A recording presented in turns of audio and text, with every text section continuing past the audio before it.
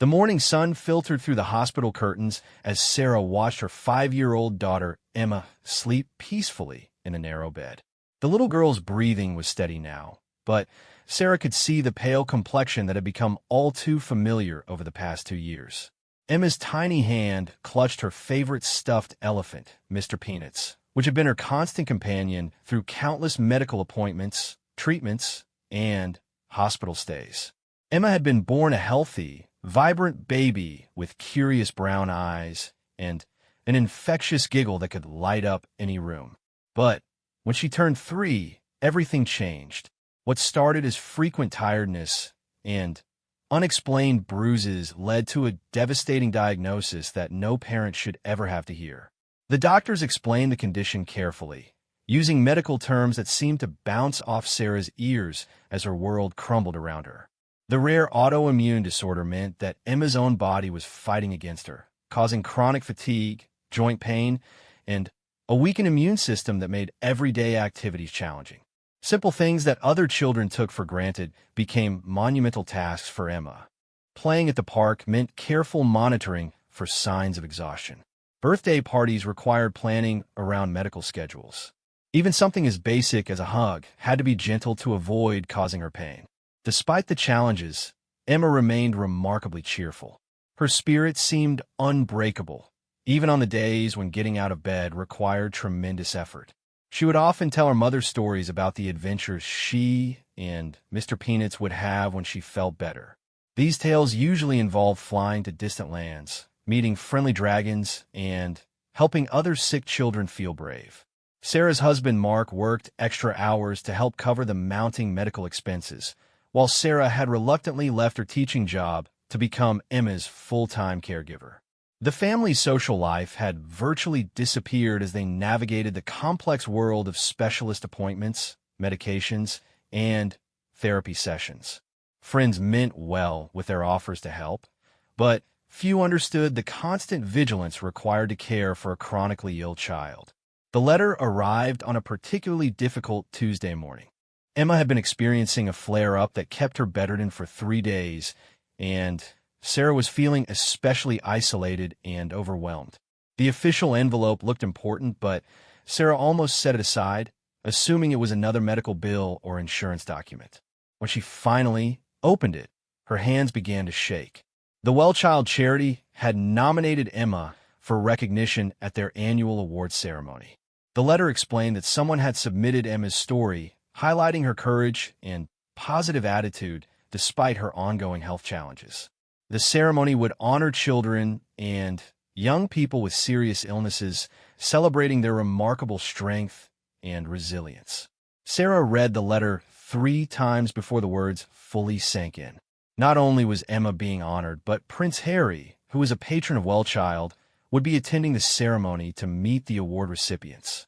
The thought of her little girl meeting a real prince seemed like something straight out of one of Emma's bedtime stories. When Emma woke up from her afternoon rest, Sarah sat on the edge of her bed and carefully explained about the letter. Emma's eyes grew wide with wonder as her mother described the award ceremony and the possibility of meeting Prince Harry. "Will he have a crown?" Emma asked, her voice still hoarse from sleep but filled with excitement. Sarah laughed, the first genuine laugh she'd had in weeks. "I don't think so, sweetheart, but he's still a real prince." Emma considered this for a moment, then nodded seriously. "That's okay. Mr. Peanuts doesn't have a crown either, but he's still special." The weeks leading up to the ceremony became a whirlwind of preparation. Emma's medical team worked to adjust her treatment schedule to ensure she would be feeling as well as possible on the day of the event. Sarah found a beautiful dress in Emma's favorite color, purple, that would be comfortable enough for her to wear despite her joint sensitivity. Emma practiced introducing herself to the prince, rehearsing with Mr. Peanuts as her audience. She wanted to tell him about her condition and how she was helping other children be brave by sharing her story. Most importantly, she wanted to give him one of her special hugs, the gentle kind that she had perfected for people who needed comfort. As the day of the ceremony approached, the entire family felt a mixture of excitement and nervousness. This would be Emma's first major public event since her diagnosis, and They weren't sure how she would handle the crowds and stimulation. But Emma seemed determined to make the most of this incredible opportunity, her natural resilience shining through despite the challenges her small body faced daily. The alarm clock seemed unnecessarily loud at 6 in the morning, but Emma was already awake, sitting up in bed and chatting quietly to Mr. Peanuts about the day ahead. Her parents had barely slept, worried about everything from her energy levels to the weather, but Emma appeared remarkably calm for someone about to meet royalty.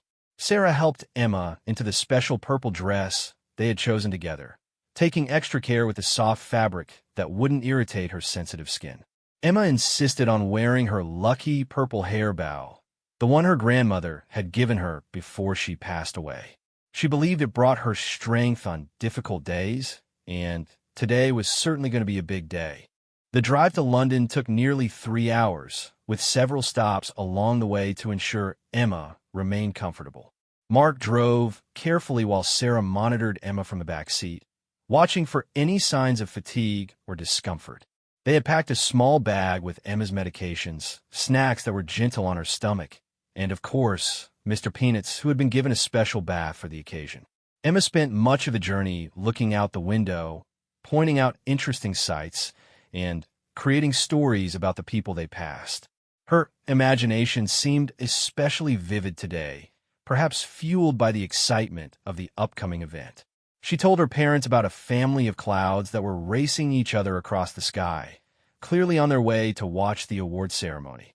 As they approached the venue, Emma pressed her face against the car window, marveling at the elegant building and the photographers gathered outside.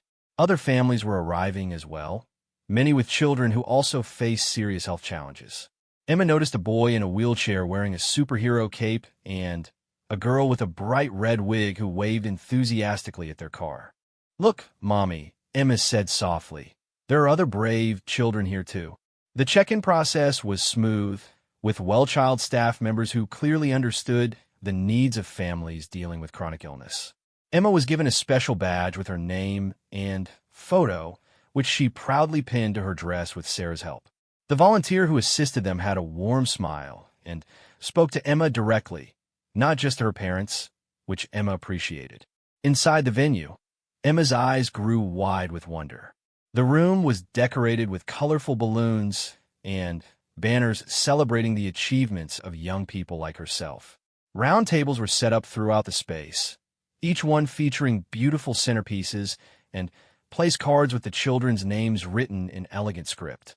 Their assigned table was near the front, providing Emma with a clear view of the stage where the ceremony would take place.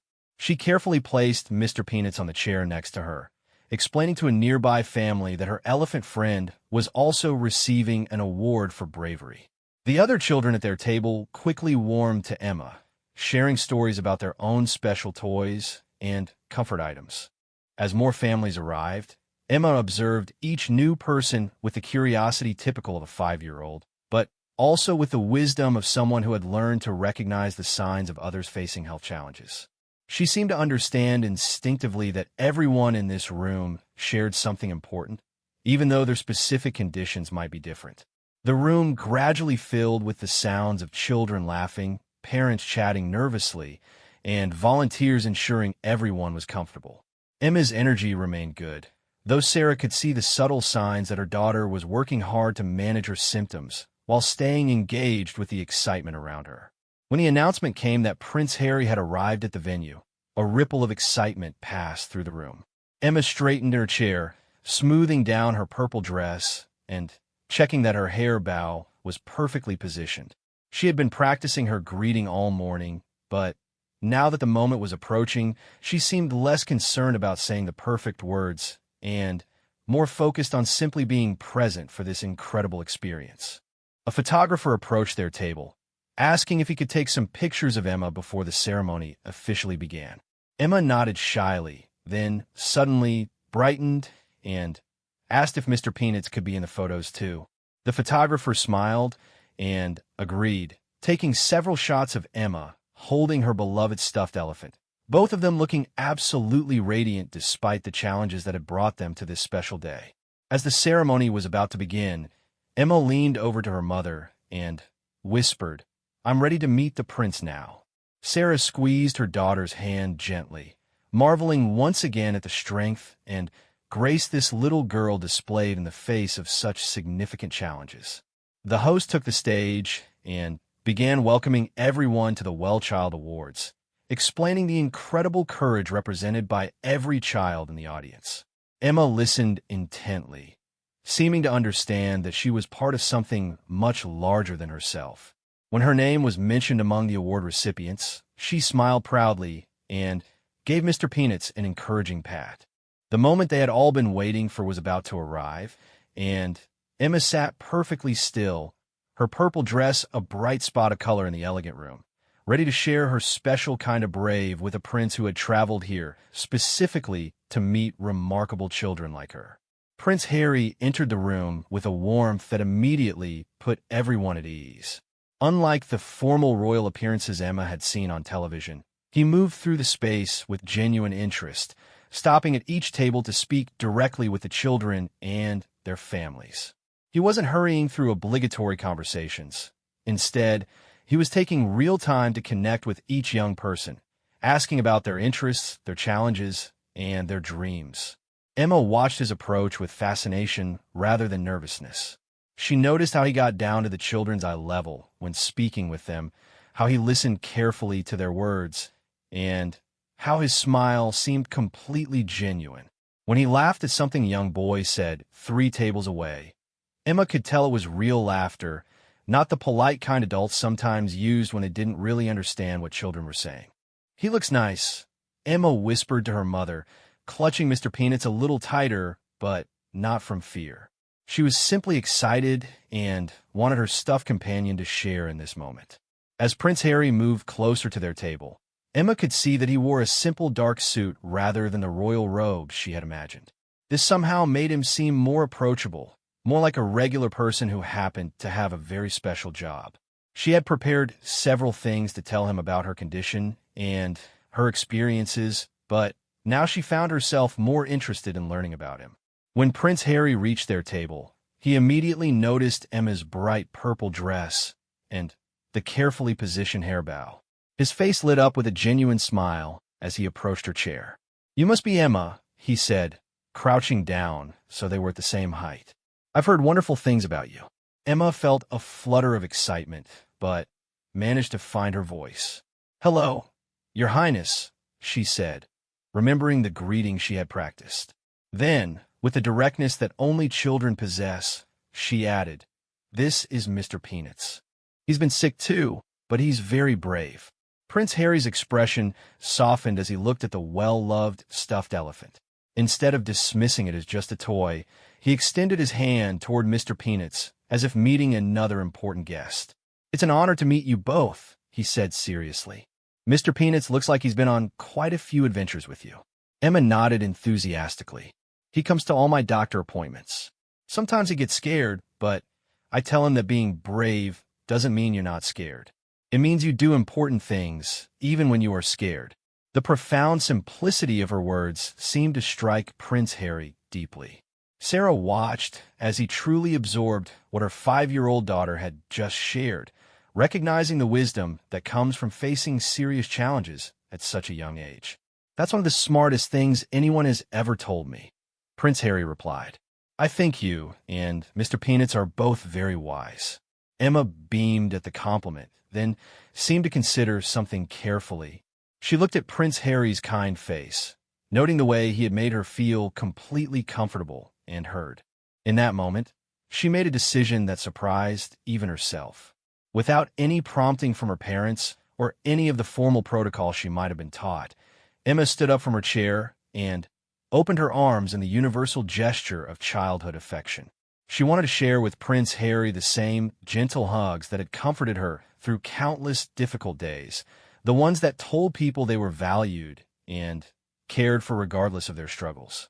Prince Harry didn't hesitate for even a moment. He understood immediately what Emma was offering and welcomed her embrace with the same openness she had shown him. It wasn't a quick, polite hug exchange for the cameras. Instead, it was a genuine moment of human connection between two people who despite their vastly different lives, had found something meaningful to share. Emma's arms wrapped around Prince Harry's neck with the careful gentleness she had learned from her own need for tender handling. She wasn't seeking anything from this hug except the simple joy of sharing kindness with someone who had made her feel special and understood. For those few seconds, there was no chronic illness, no royal protocol, no photographers or ceremony planning. There were just two people connecting through the universal language of compassion. Sarah felt tears spring to her eyes as she watched her daughter, who had endured so much physical discomfort and medical challenges, freely offering comfort to someone else. This moment captured everything beautiful about Emma's spirit, her ability to see past differences and connect with others through pure, uncomplicated kindness. Prince Harry seemed equally moved by the gesture. When they separated, his eyes were bright with emotion, and he maintained his crouched position next to Emma's chair, clearly reluctant to end their conversation. "Thank you for that wonderful hug," he said quietly. "I think I needed it more than you know." Emma smiled and settled back in her chair, satisfied that she had shared something important with her new friend. She picked up Mr. Peanuts and made him wave at Prince Harry, who waved back with complete seriousness. As Prince Harry prepared to move on to the next table, Emma called out softly, "I hope we can be friends." The simplicity and sincerity of her words created another moment of profound connection, one that would stay with everyone who witnessed it long after the formal ceremony had ended. The photographers had captured the hug, but they couldn't capture the ripple effect it created throughout the room. Other children who had been watching from their tables seemed to relax, understanding that this was a place where genuine emotion was not only welcome, but celebrated. Parents who had been holding their breath, worried about protocol and proper behavior, felt permission to let their children simply be themselves. Emma settled back into her chair with a contented smile, completely unaware that her spontaneous gesture had touched something deep within Prince Harry and everyone who witnessed it. She was already thinking about the next part of their conversation, curious about what it was like to live in a palace and whether he had ever met a real dragon like the ones in her bedtime stories. Prince Harry, however, seemed reluctant to move on from their table. He pulled up an empty chair and sat down properly, signaling that this wasn't going to be a brief royal meet and greet, but rather a real conversation between new friends. "Emma," he said, "I'd love to hear more about your adventures with Mr. Peanuts. Where do you go together?" Emma's eyes lit up at the question. Most adults asked about her illness or her treatments, but Prince Harry was asking about the fun parts of her life. She launched into an animated description of the imaginary journeys she and Mr. Peanuts took, especially on the days when she couldn't leave her hospital bed. "We go to a magical forest where all the animals can talk," she explained, making Mr. Peanuts dance a little as she spoke. "There's a wise owl who teaches the sick animals how to be patient when they don't feel good, and a gentle bear who gives the best hugs when someone is scared about needles." As Emma spoke, Prince Harry listened with the kind of attention usually reserved for important diplomatic meetings. He asked follow-up questions about the characters in her stories, the lessons they learned, and how Mr. Peanuts had become so brave. Emma responded with a natural storytelling ability that had helped her cope with her medical challenges, weaving together imagination and real-life experiences in ways that made perfect sense to her young mind. Sarah watched this exchange with growing amazement. She had seen many adults struggle to know what to say to Emma about her condition, often becoming awkward or overly sympathetic. But Prince Harry was engaging with her daughter as a complete person, interested in her thoughts and creativity rather than just her medical story. "You know," Prince Harry said thoughtfully, "I think you and Mr. Peanuts are teaching other people how to be brave too. When I was your age, I sometimes felt scared about things, and I wish I had known then what you've learned about courage." Emma considered this seriously, tilting her head in the way she did when thinking about something important. "Were you scared about Prince things?" she asked with genuine curiosity. Prince Harry chuckled softly. "Sometimes I was scared about regular things, just like any other little boy. Being scared is normal, even for princes." This revelation seemed to delight Emma immensely. The idea that a real prince could feel the same emotion she did made him seem wonderfully relatable rather than distant and untouchable. She looked at her parents, then back at Prince Harry, as if to make sure this amazing conversation was really happening. "Mr. Peanuts wants to know if you have any animal friends at your house," Emma said, holding up her stuffed elephant as if he had whispered the question to her. "I don't have an elephant friend like Mr. Peanuts," Prince Harry replied seriously, "but I do have some dogs who are very good at making people feel better when they're sad." Emma nodded approvingly. "Animals understand feelings," she declared with the confidence of someone who had spent countless hours confiding in Mr. Peanuts during difficult treatments. Around them, the ceremony continued with speeches and formal presentations, but their corner of the room had become its own small world where a 5-year-old girl and a prince were discovering they had more in common than anyone might have expected. Other families at nearby tables couldn't help but smile as they watched this unlikely friendship unfold. The official photographer approached and asked if he could take a few more pictures, but Emma barely noticed the camera. She was too engrossed in telling Prince Harry about her latest hospital adventure, where she had helped a crying baby stop being scared by singing a song she had made up about brave elephants. As their conversation continued, it became clear that Emma was giving Prince Harry as much comfort and joy as he was giving her. Her natural wisdom and resilience were reminding him of important truths about human connection and the power of simple kindness. In her presence, the weight of royal duties and public expectations seemed to fade, replaced by the pure pleasure of connecting with someone whose spirit remained undaunted despite facing challenges that would test anyone. When a WellChild coordinator gently indicated that Prince Harry needed to move on to meet other children, Emma reached out and touched his hand. "Will you remember me and Mr. Peanuts?" she asked, not demanding a promise, but simply hoping that their new friendship had meant something to him too. "I will remember you both forever," Prince Harry said, and everyone present could tell he meant every word. The drive home was quieter than the journey to London had been. Emma dozed fitfully in her car's seat, exhausted by the excitement and stimulation of the day, but also glowing with satisfaction. She clutched Mr. Peanuts close to her chest, occasionally murmuring sleepy comments about their friend the prince, and how nice he had been to both of them. Sarah found herself replaying every moment of their interaction, particularly the spontaneous hug that had seemed to surprise everyone, including Emma herself. It hadn't been planned or coached.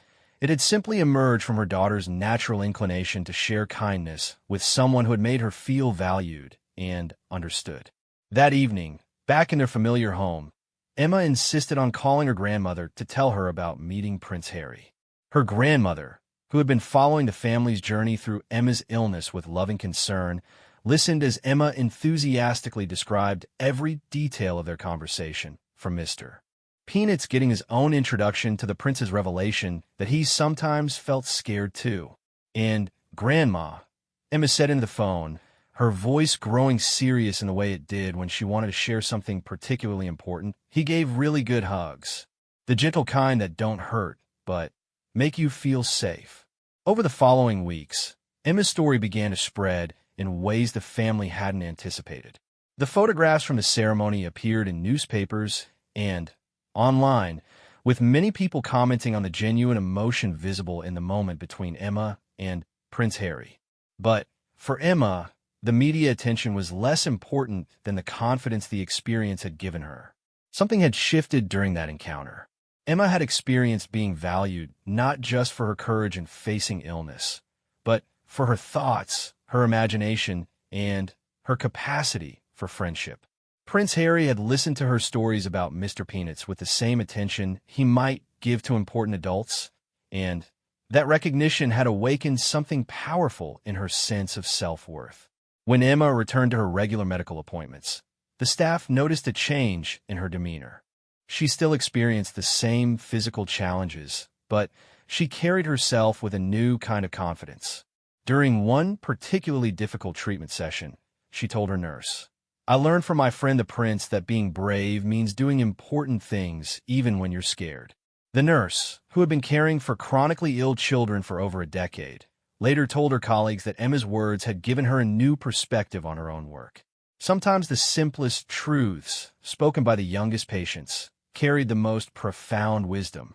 Emma's teacher, who had been working with her through a homeschooling program designed for children with serious health conditions, also noticed changes in her student. Emma's creative writing assignments became richer and more detailed, filled with stories about characters who found strength through kindness and friendship despite facing enormous challenges. One story in particular stood out. Emma wrote about a little elephant who lived in a magical kingdom where all the animals helped each other when they were sick or scared. The elephant's best friend was a kind prince who understood that the most powerful magic came from gentle hugs and really listening to others. Her teacher saved that story, sensing that it captured something important about Emma's growing understanding of her own experiences. Meanwhile, in another part of the country, Prince Harry found himself thinking frequently about his conversation with Emma. In interviews and public appearances, he began speaking more openly about the lessons he had learned from the children he met through his charitable work. He talked about how their resilience and wisdom often surprised adults who assumed they needed to be protected from difficult truths. During one particularly moving speech at another WellChild event, Prince Harry mentioned meeting a very wise young lady who taught me that courage isn't the absence of fear, but the willingness to do important things despite being afraid. Though he didn't mention Emma by name, those who had witnessed their interaction recognized the reference and smiled at the lasting impact their meeting had created. 6 months after the award ceremony, Emma received an unexpected package.